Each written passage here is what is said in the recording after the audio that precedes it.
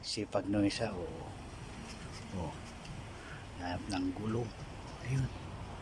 Oh. Oh. Yo. Hanap siya ng gulong.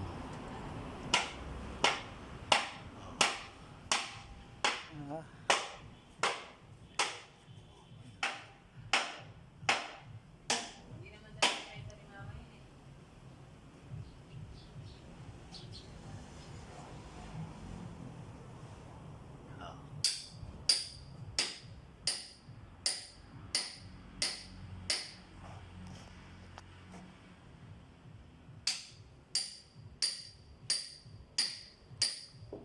Gulong ng palad. Yan ang mga gulong ng kapalaran. Yan.